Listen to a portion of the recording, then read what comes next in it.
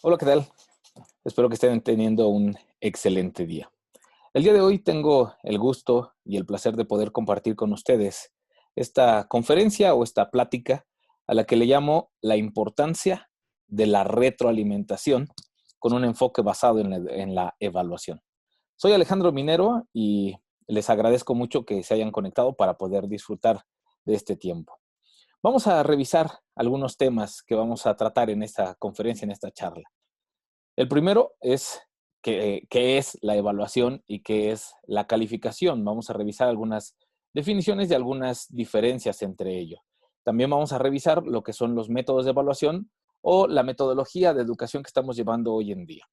Vamos a revisar justamente lo que más nos va a enfocar en el resto de la presentación, que es la retroalimentación, qué es y cómo podemos llevarla a cabo y por qué es tan importante la retroalimentación en nuestras clases y en nuestro diario que hacer como docentes. Y por último, aunque ya hemos visto muchas conferencias sobre esto, vamos a revisar algunas herramientas para evaluar y sobre todo para retroalimentar.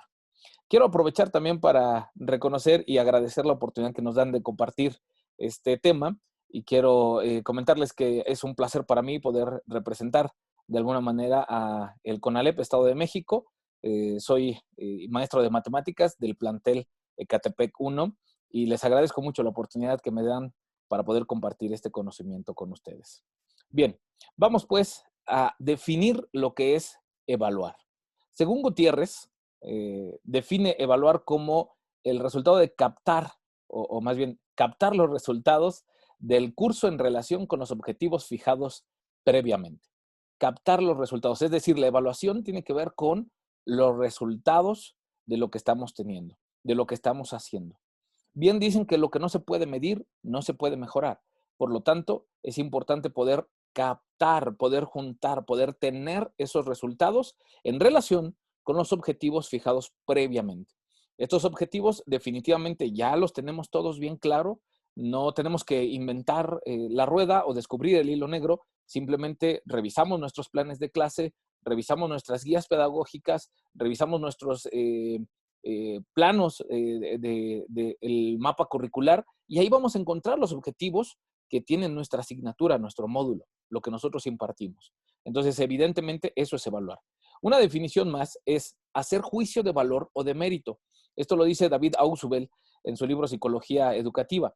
Entonces, bien importante que nosotros podamos entender que la evaluación parecieran dos cosas diferentes en estas dos definiciones que estoy mostrando, sin embargo, es una sola. Es poder captar y hacer un juicio de valor hacia los resultados que estamos buscando, hacia el objetivo que estamos buscando. Y eso nos lleva entonces al primer tema, al primer punto de esta conferencia, que es el que voy a tratar con ustedes. Este es evaluación y calificación.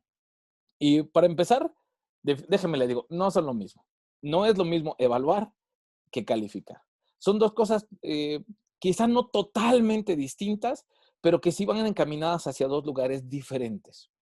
Vamos a revisar en una primera instancia lo que para un servidor, en la experiencia que tengo como maestro, yo, déjenme les cuento, aunque no llevo mucho, ya llevo 15 años dando clases, desde el año 2005 me dedico a dar clases y luego con en total convicción y con total apasionamiento, en realidad esta parte de las clases me gusta mucho a mí. Entonces, en 15 años he notado que evaluar y calificar muchas veces se utilizan de manera indistinta, o sea, decimos lo mismo, calificaciones registradas que evaluaciones registradas. Y son dos cosas diferentes. No podemos decir que es exactamente lo mismo. Son dos cuestiones diferentes. Voy a poner algunos ejemplos de lo que sería calificar, o mejor dicho, vamos a definir primero lo que es calificar desde un punto de vista práctico, ¿de acuerdo? ¿Cómo podemos definir la calificación? Bueno, pues simplemente como el proceso de medir.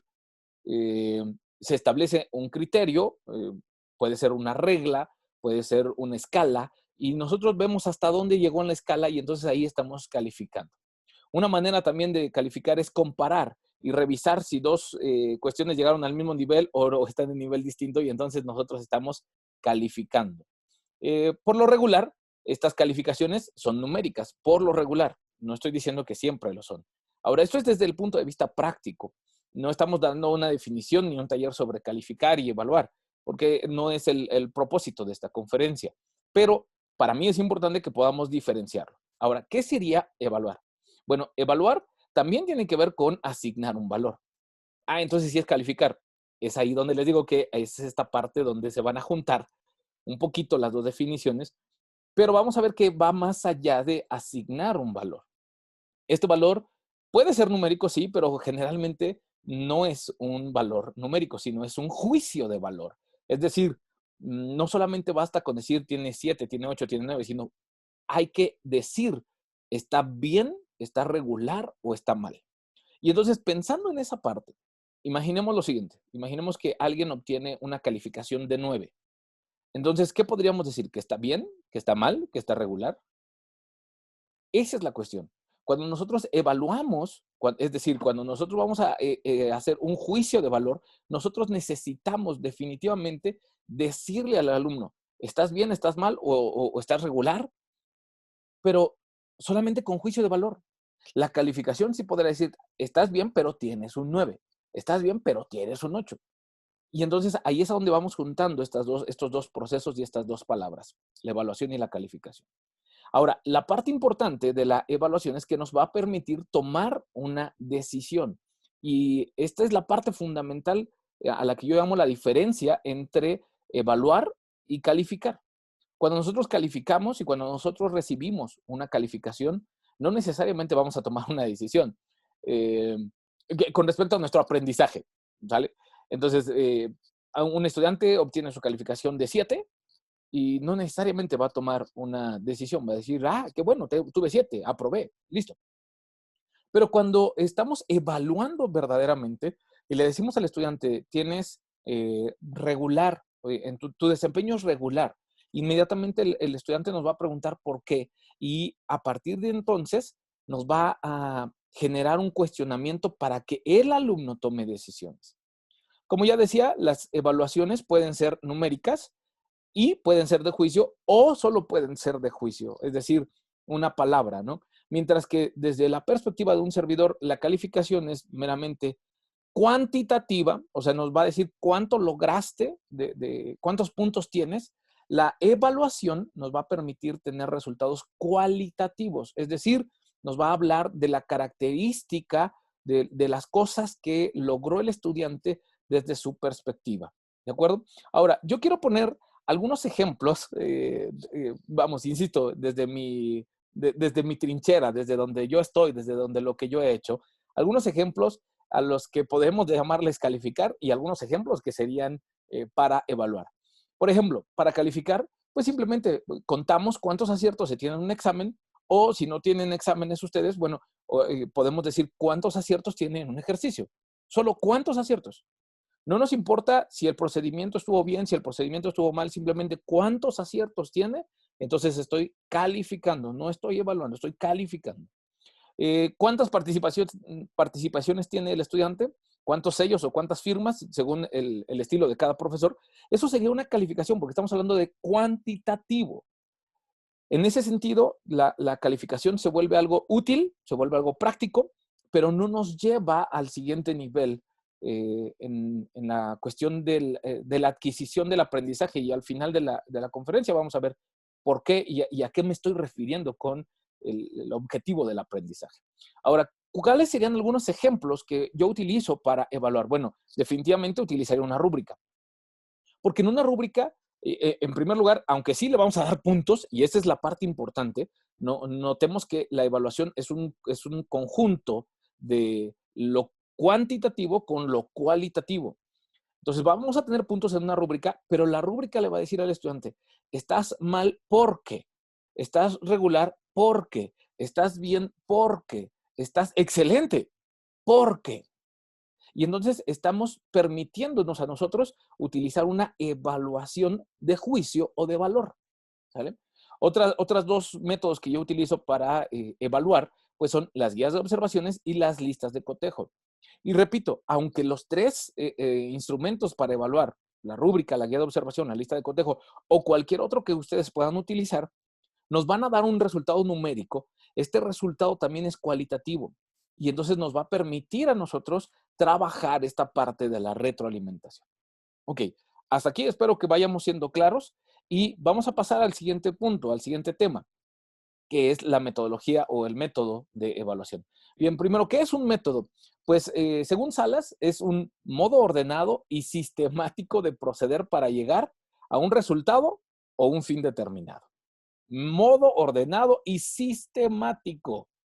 Como ingeniero en sistemas, esta definición me encanta, porque tiene que ver con un sistema. Necesitamos establecer nosotros, como docentes, un sistema que nos permita llegar al punto de la evaluación y no solo de la calificación.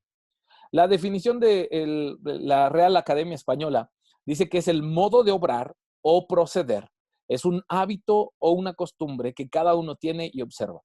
De tal manera que nosotros vamos a tener, si me lo permiten, como método para evaluar, vamos a definirlo como este modo ordenado y sistemático que se va a convertir en un hábito de procedimientos de nosotros los docentes para evaluar a nuestros estudiantes.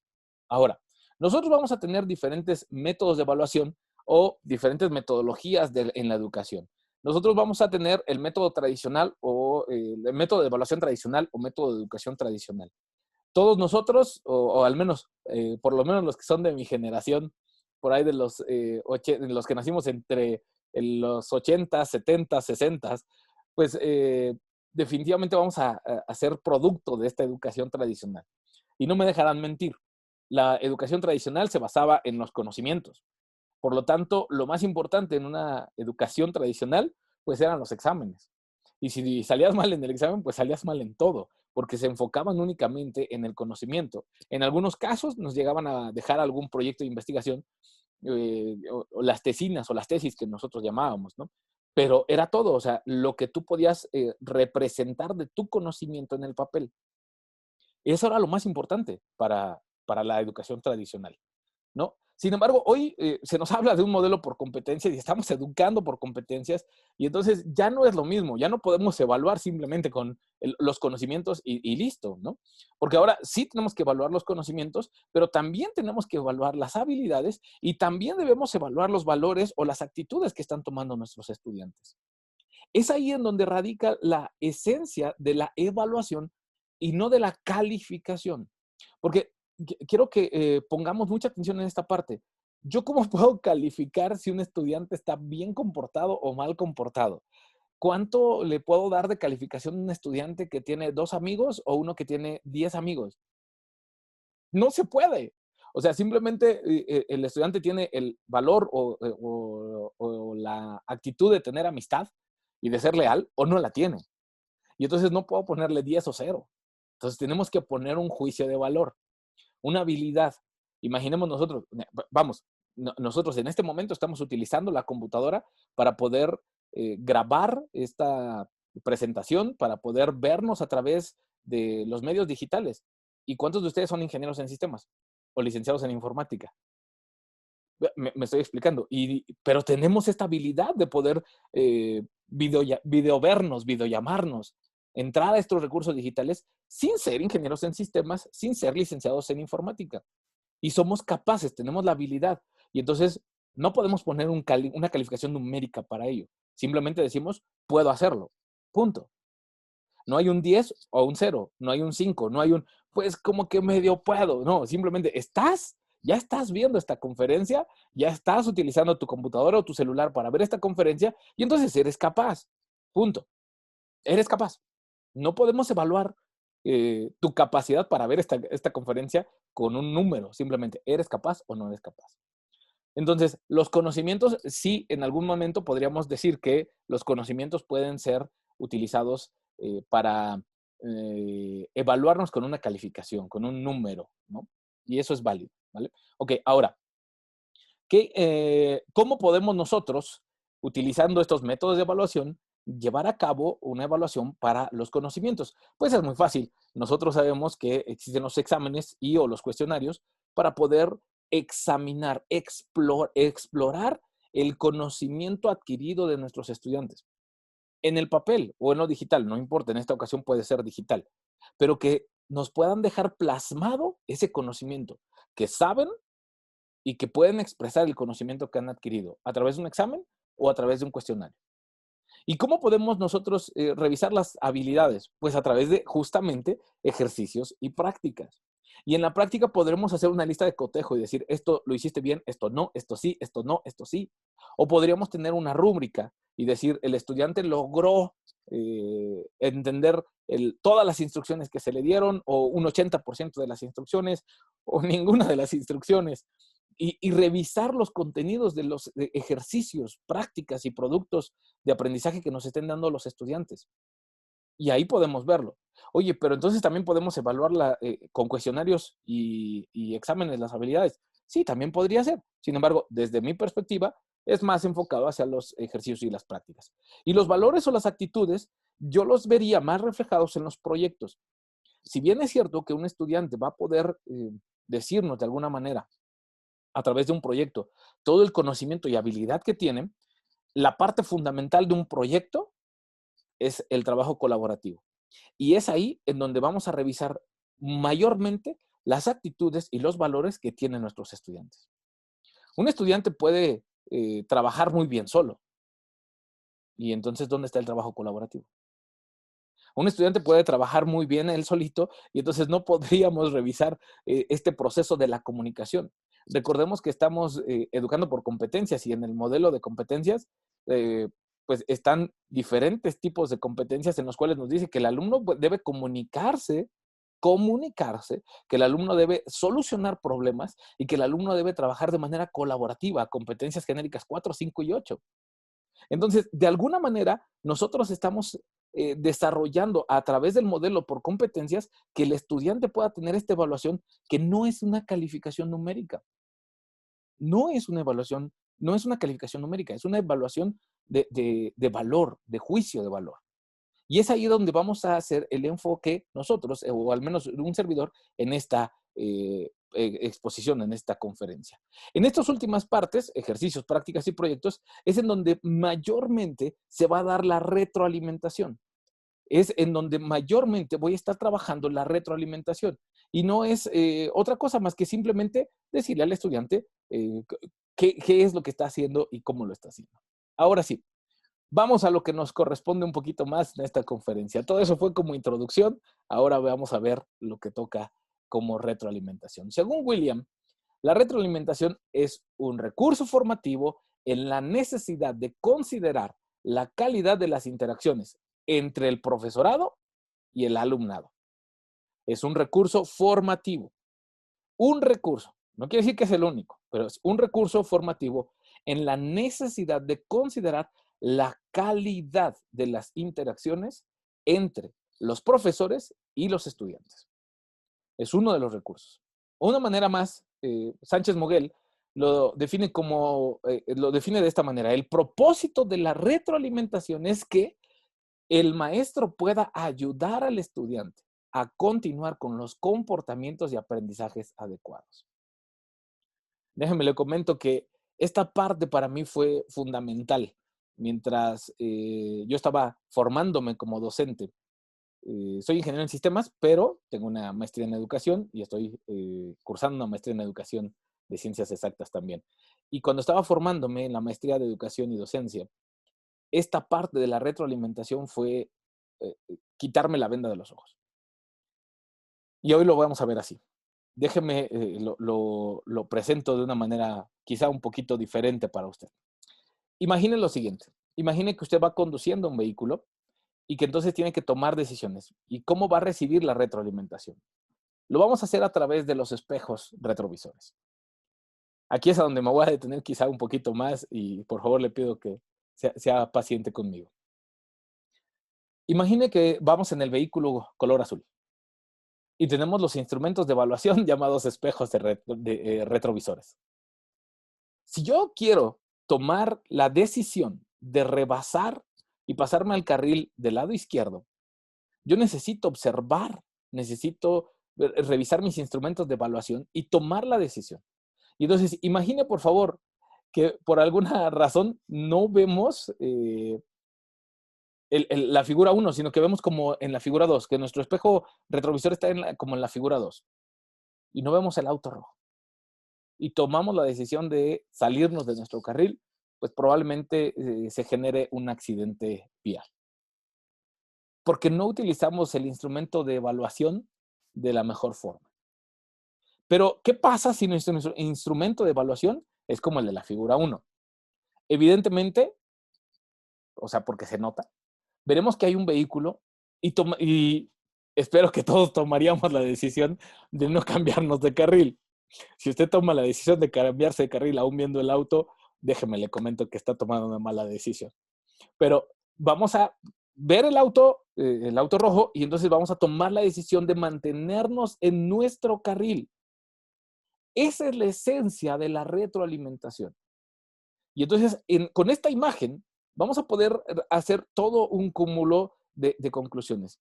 El maestro Julio Pimienta, que tengo el honor y el gusto de que haya sido uno de mis maestros en la maestría, decía que la evaluación sin retroalimentación de poco sirve. Básicamente lo diría yo en mis propias palabras, de nada sirve una evaluación si no tiene retroalimentación. Porque analicemos el caso que estamos viendo en pantalla. Nosotros tenemos instrumentos de evaluación, los espejos, y estamos observando que hay un auto rojo. Y si nosotros no tomamos en cuenta ese resultado y tomamos la decisión de salirnos de nuestro carril hacia la izquierda, vamos a generar un accidente vial. Y entonces no estamos para nada atendiendo a la retroalimentación que nos está dando ese instrumento de evaluación. Es decir, cuando nosotros implementamos nuestros instrumentos de evaluación, debemos tener en conciencia y debemos hacer caso a la retroalimentación, es decir, a lo que nos está arrojando esa evaluación. Y entonces, y solo entonces, tomar una decisión.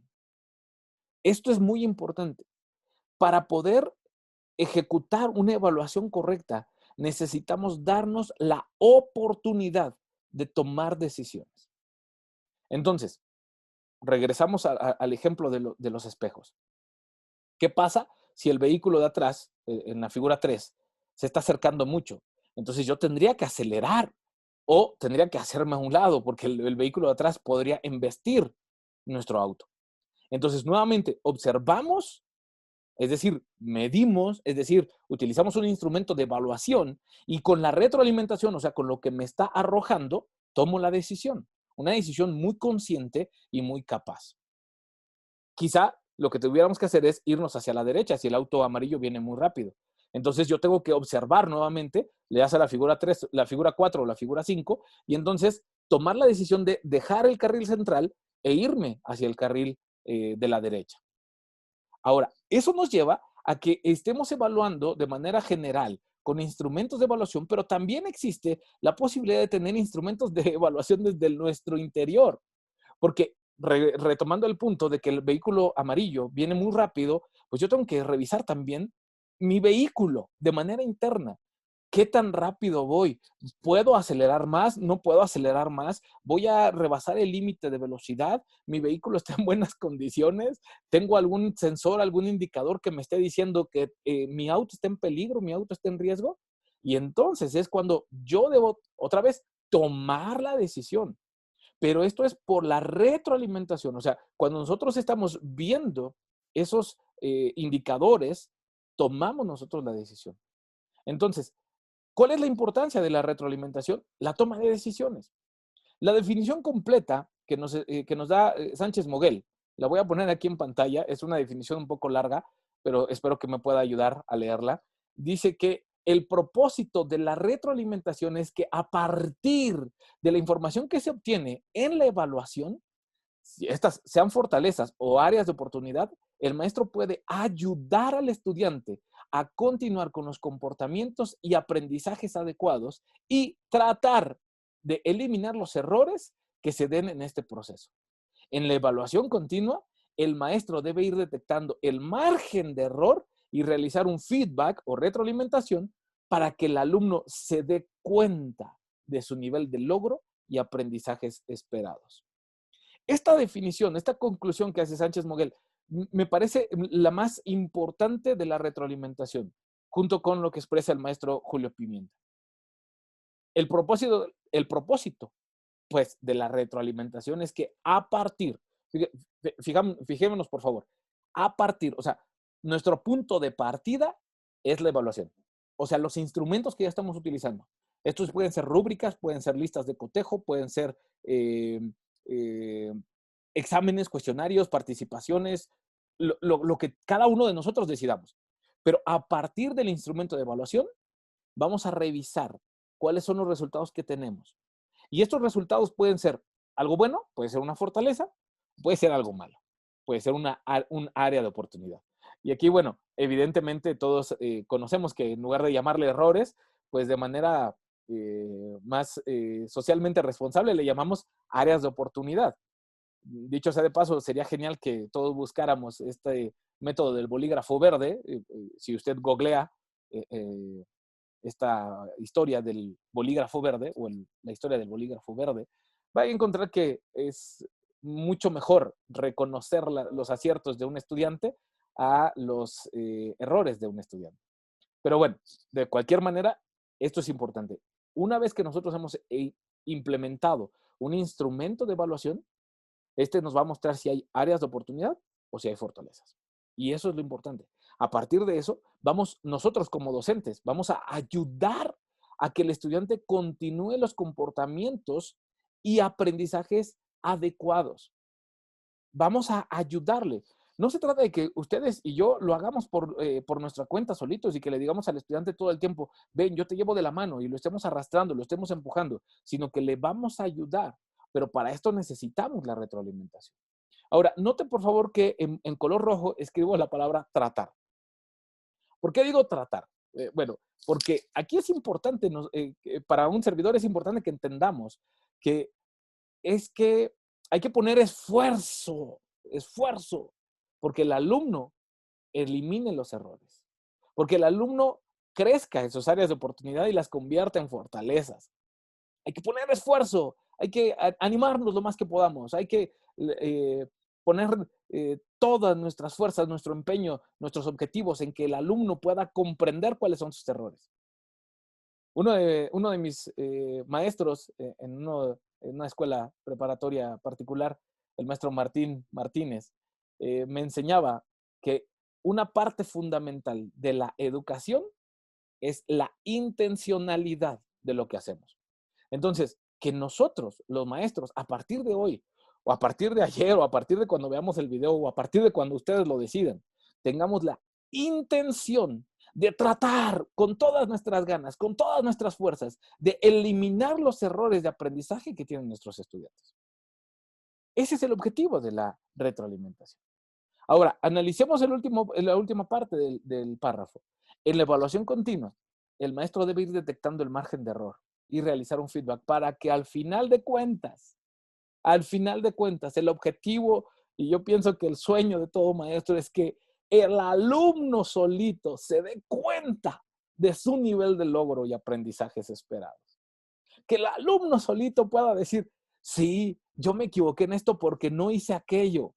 Sí, tiene razón, tuve esta evaluación porque me faltó desarrollar esta competencia, desarrollar esta habilidad, porque no entregué tal actividad. Que el alumno solito se dé cuenta. Yo no sé ustedes, pero muchas veces el alumno, cuando tiene una calificación que es la que no esperaba, lo primero que hace es preguntar, oiga, maestro, ¿y por qué reprobé? Es lo primero que hacen. Como si el alumno no fuera consciente de por qué está reprobando. Y quizá no es consciente de por qué está reprobando. Este asunto de la retroalimentación nos va a dar por completo, la diferencia entre lograr o no el desarrollo de las competencias y el logro de los aprendizajes esperados. Resumiendo la definición de Sánchez Moguel, yo lo diría como a partir de la información que se obtiene en la evaluación, ayudar al estudiante y tratar de eliminar los errores para los errores que se den en este proceso para que el alumno se dé cuenta de su nivel de logro. Entonces, hasta ahí, espero que más o menos me vaya expresando y vaya compartiendo con ustedes la importancia de la retroalimentación. Ahora, déjenme hacerles algunas preguntas. Unas preguntas que obviamente voy a contestar yo mismo, pero déjenme hacer unas preguntas para reflexionar.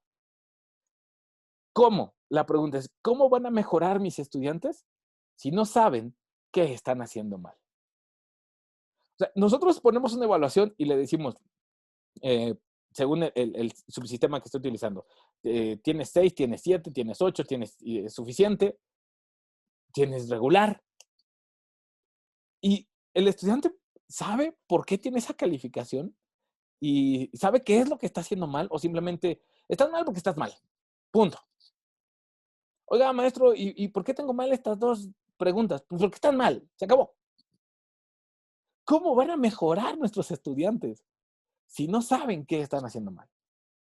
Y usted me podría decir, ay, profe Alejandro, pues es que es obvio lo que están haciendo mal. O sea, cuando ellos me contestan en el examen y no saben que 2 más 2 es 4, pues es obvio que ellos están poniéndolo mal. Déjeme le digo que sería lo ideal pensar que es obvio, que saben lo que están haciendo mal. Pero no, no es obvio. De verdad, no es obvio. Muchas veces nuestros estudiantes se agobian y se presionan porque no saben que lo están haciendo mal. Ellos creen que lo están haciendo bien. Entonces, es nuestro deber como educadores, como formadores, como facilitadores, como andamiaje de la educación, como el núcleo de la educación. Déjeme le pongo crema a los tacos, ¿no? Como la crema innata de la educación, que somos los docentes. Ellos necesitan saber de nosotros por qué están mal. Ahora, vamos a otra pregunta.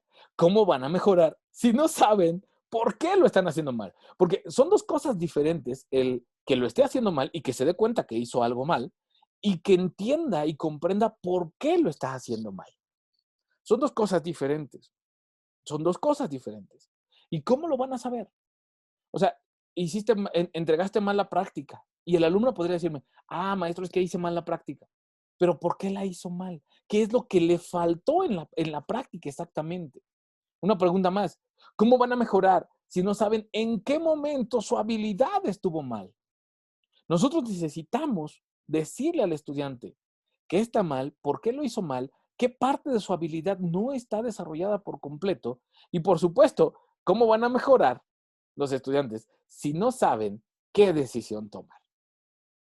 Como ya vimos eh, a lo largo de estos últimos minutos, la retroalimentación nos va a permitir tomar decisiones. Si el alumno no sabe qué decisión tomar, o sea, imaginemos lo siguiente, el alumno ha logrado únicamente pasar con la calificación mínima, el módulo, la asignatura que está cursando con usted. Pero el alumno no se ha dado cuenta de por qué está mal, de qué está haciendo mal, de qué le falla en su habilidad. Y entonces no puede tomar una decisión de decir, ah, entonces tengo que practicar más fracciones. Ah, es que entonces tengo que practicar más el uso de comandos en la aplicación. Ah, es que entonces debo practicar más mis trazados en el plano arquitectónico. Ah, es que tengo que practicar más mis conclusiones a la hora de escribir un ensayo. Él no puede tomar las decisiones porque no tiene la información. Por eso, mis queridos colegas, por eso es importante la retroalimentación. Y es por eso que quise platicar con ustedes esto. Porque muchas veces a nosotros como docentes se nos olvida que la retroalimentación es importante. Le decimos al estudiante que está mal, le decimos al estudiante, aquí está tu calificación, es reprobatoria, es aprobatoria o es de 10, pero no le estamos diciendo al estudiante por qué. Y yo sé que ya tenemos mucho trabajo con todo lo que nos está pasando, pero podemos hacerlo. Podemos hacerlo. Podemos desde el principio, como dice el maestro Martín Martínez, con la intención de que esto se convierta en una cuestión para nosotros, de un hábito, de un método, de un proceso que ya estoy haciendo todo el tiempo, podemos lograr que los estudiantes tengan retroalimentación todo el tiempo.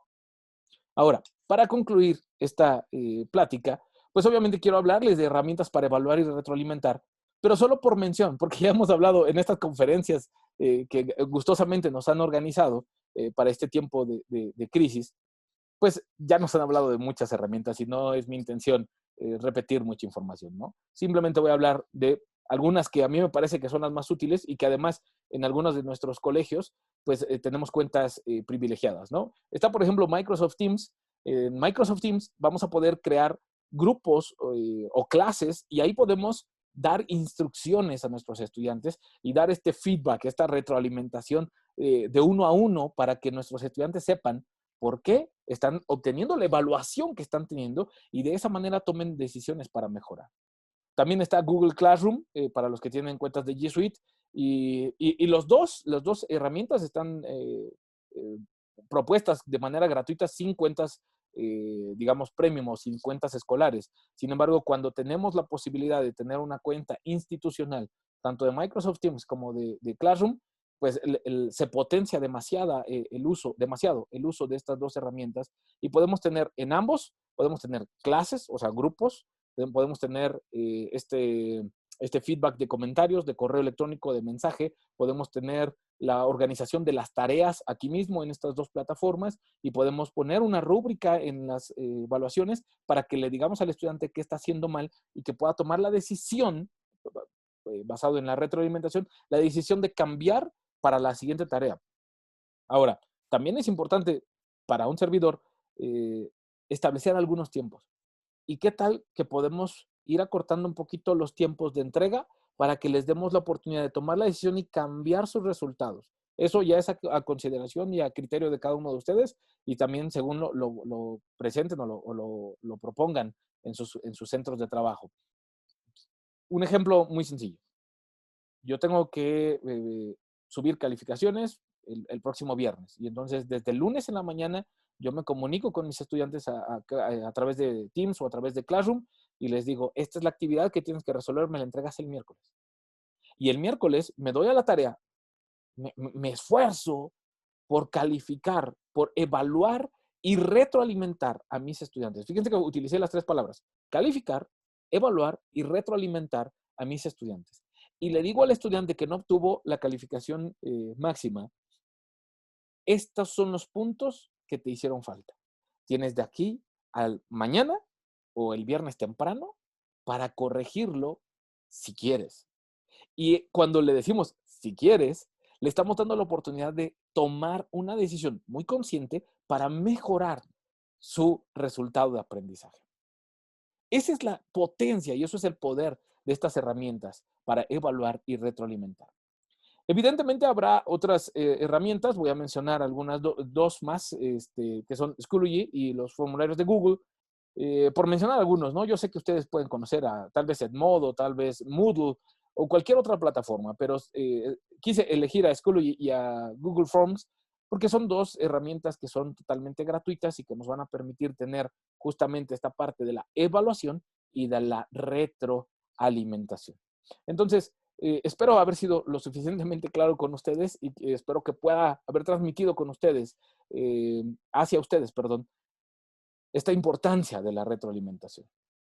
Ahora, yo quiero comentarles acerca de algunos libros que, pues, a mí me parece de lo más interesante los cuales están dando origen a esta charla, ¿no? Estos son Evaluación de los aprendizajes del maestro Julio Pimienta, editorial Pearson, Psicología educativa de David Ausubel, editorial Trillas, Introducción a la didáctica de Raúl Gutiérrez, Estilos de aprendizaje a la luz de la neurociencia de Raúl Salas, y una herramienta muy buena para mí y que me ha servido en lo personal mucho a la hora de poder elaborar instrumentos de evaluación, es justamente el último libro que aparece aquí en la diapositiva. Es Constructivismo, estrategias para aprender a aprender, también de Julio Pimienta. Este libro en particular nos va a dar un ejemplo, o más bien, nos va a dar ejemplos de cómo podemos nosotros elaborar instrumentos de evaluación que nos permitan medir mejor el aprendizaje de nuestros estudiantes. Entonces, pues espero que alguno de estos libros los puedan conseguir, puedan acceder a ellos, puedan darle una lectura y pues puedan revisar esta parte de por qué es importante la retroalimentación. Ha sido un placer estar con todos ustedes. Muchas gracias por el privilegio y el honor de su atención. Me despido de ustedes. Mi nombre es Alejandro Minero. Muchas gracias por estar en esta parte con nosotros.